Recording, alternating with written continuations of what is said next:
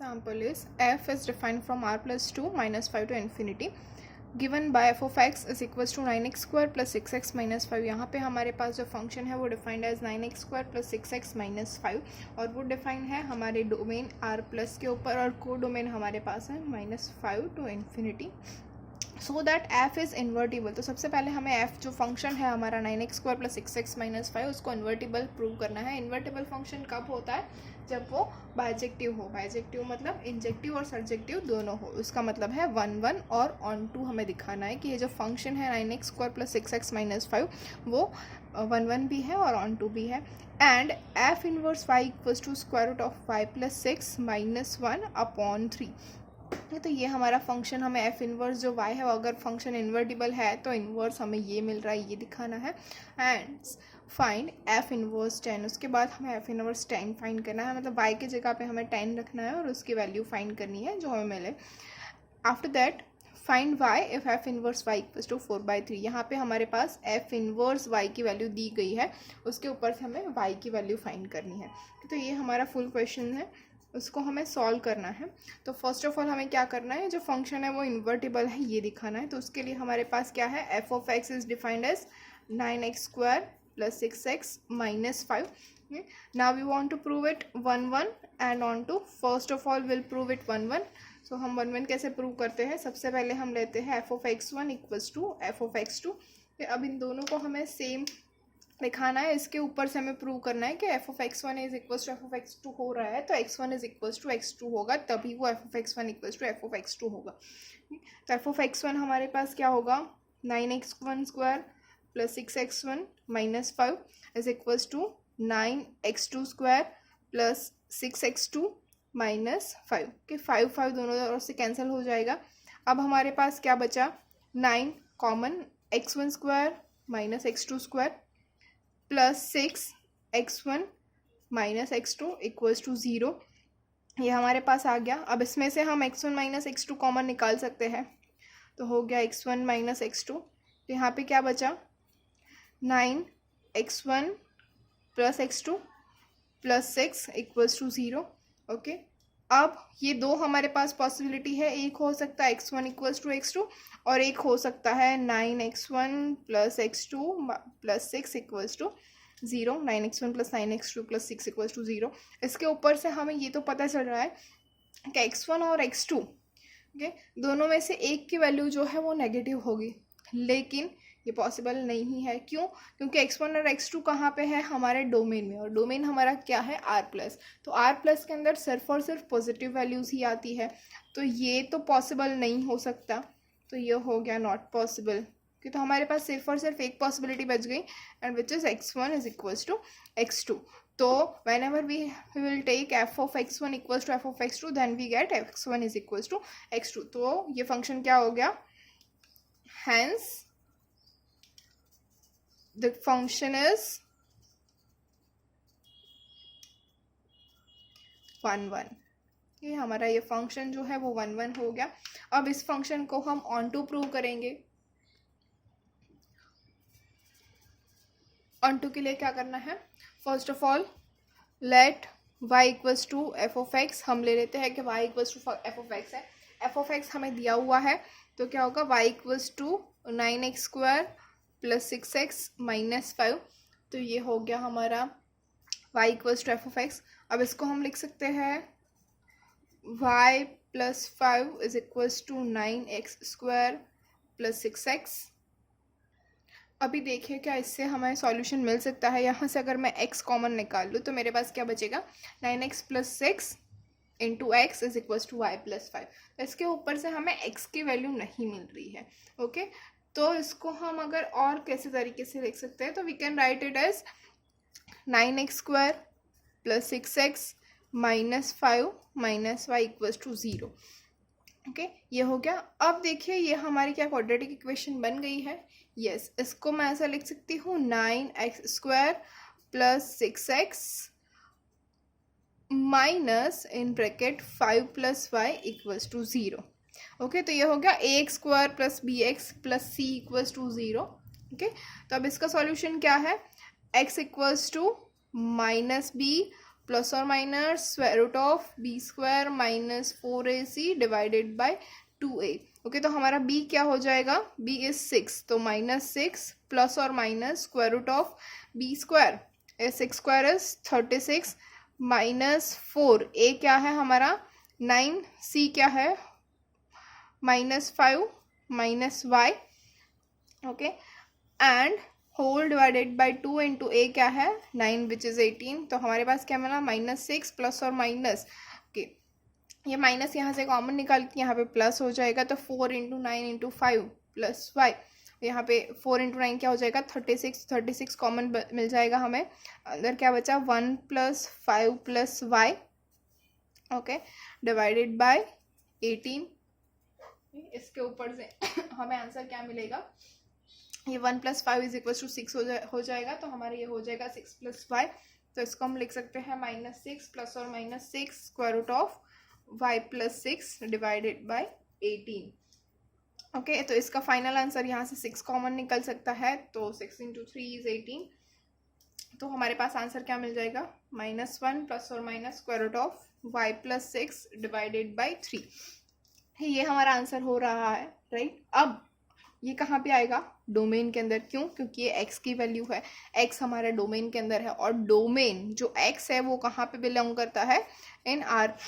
अब अगर x जो है वो R+ में आ रहा है, तो -1 minus square root of y plus 6, क्या ये पॉसिबल होगी वैल्यू हमारे लिए, नहीं। ओके, तो हमारा आंसर क्या हो जाएगा, x equals to -1 plus square root of y plus 6 divided by 3, ये हमारा आंसर रह जाएगा। तो इसके ऊपर से हम आंसर लिख सकते हैं कि for all y belongs to -5 to infinity, there exists x belongs to R plus, such that f of x equals to y, hence function is on to, okay, अगर फंक्शन 1 भी हो गया, on to भी हो गया, hence function is bijective and invertible। ये function invertible हो गया, ये हमने प्रूव कर दिया। अगर फंक्शन इन्वर्टिबल है तो वो कहाँ पे डिफाइंड है, एंड डिफाइंड एज, ओके, कैसे डिफाइंड होगा, एफ इनवर्स फ्रॉम, अब ये चेंज हो जाएगा, एफ इनवर्स कहाँ से कहाँ होगा, -5 टू इन्फिनिटी टू R+, तो यहाँ पे हमारा डोमेन और कोडोमेन दोनों चेंज हो जाएगा। तो एफ इनवर्स कैसे डिफाइन होगा, f inverse of y equals to, हमें अभी मिला था, क्या मिला था, square root of y plus 6 -1 divided by 3, तो ये हमारा एफ इनवर्स भी हमें मिल गया, जो हमें क्वेश्चन में पूछा गया था कि so that F inverse y is equal to square root of y plus 6 -1 divide by 3, तो ये हमें मिल गया है। कि उसके बाद हमारा क्वेश्चन क्या था कि हमें फाइंड करना था F inverse 10, F inverse 10 find करना था, तो हमारे पास यहाँ पे एफ इनवर्स y है, क्योंकि इसको इक्वेशन नंबर 1 बोल देते हैं। एफ इनवर्स 10 फाइंड करना है, तो y की जगह पे इस इक्वेशन में हमें y की जगह पे 10 रखेंगे। ओके, तो क्या मिलेगा, F inverse 10 is equals to square root of 10 plus 6 -1 divide by 3, square root of 10 plus 6 is 16 -1 divide by 3, square root of 16 is 4 -1 by 3 which is 3 by 3 and is equals to 1। तो F inverse 10 हमें क्या मिला, answer is 1। तो F inverse 10 की value जो हमें मांगी गई थी वो है एफ इनवर्स 10 इक्वल्स टू 1, ये हमें आंसर मिल गया है। ओके, इसके बाद हमारा क्वेश्चन क्या था, उसके बाद हमें पूछा था कि एफ इनवर्स y फाइंड करना है अगर F inverse y equals to 4/3 है। ओके, तो इसको भी हम सॉल्व कर लेंगे। Now we have that F inverse y is equals to 4/3, ये हमें दिया गया है। तो F inverse y equals to 4/3 है, then find y। Okay, y की वैल्यू हमें फाइंड करनी है। तो एफ इनवर्स y हमें क्या मिला था, square root of y plus 6 -1 divide by 3, ये हमारा एफ इनवर्स y था, उसके इक्वल्स टू हमें क्या है हमारे पास 4/3 है। ओके, तो अब इसको हम लिख सकते हैं square root of y plus 6 -1, ये 3 उस साइड चला जाएगा तो 3 कैंसिल हो जाएगा, इज इक्वल्स टू 4 आ गया हमारे पास, which gives us square root of y plus 6 equals to 4 + 1 is 5। कि अब दोनों साइड पे हम अगर स्क्वायर कर ले तो हमारे पास क्या मिलेगा, y plus 6 is equals to 25। Okay, अब y is equals to 25 - 6 which is equals to 19। तो हमें आंसर क्या मिला, y equals to 19 where f inverse y equals to 4/3। So hopefully friends you all are getting it. Now we'll go for the next example. The next example is f is defined from r minus 4/3 to r minus 4/3 where f of x equals to 4x plus 3 upon 3x minus 4. Okay, and we have to show that f inverse y equals to 4y minus 3 upon 3y minus 4 and find f inverse 0. तो सबसे पहले हमें क्या करना है कि हमारे पास जो डिफाइंड फंक्शन है f of x क्या है, 4x plus 3 upon 3x plus 4, ये फंक्शन इन्वर्टिबल है या नहीं, ये सबसे पहले ये चेक करना है। तो उसके लिए हम 1 1 और 1 2 चेक करेंगे। उसके बाद हमें उसका इन्वर्स फाइंड करना है f इन्वर्स y, जो कि हमारे पास ऑलरेडी दिया गया है कि ये है, तो वो हमें लाना है। तो वो हम फाइंड करके ये हमारा आंसर मिलेगा। उसके बाद हमें f इनवर्स 0 फाइंड करना है। ओके, फर्स्टली हम प्रूव करेंगे कि फंक्शन 1 1 है। 1 1 कैसे होता है, हमें लेना है first of all f of x1 equals to f of x2। Okay, तो फंक्शन क्या है, 4x1 + 3 upon 3x1 + 4 is equals to 4x2 + 3 upon 3x2 + 4। Okay, अब इसके ऊपर से हमें क्या मिलेगा, 12x1 x2 + 16x1 + 9x2 + 12 which is equals to 12x1 x2 + 16x2 + 9x1 + 12। okay, दोनों साइड कॉमन क्या है, 12x1 x2 and 12x1 x2 and 12, ये कैंसिल हो जाएगा।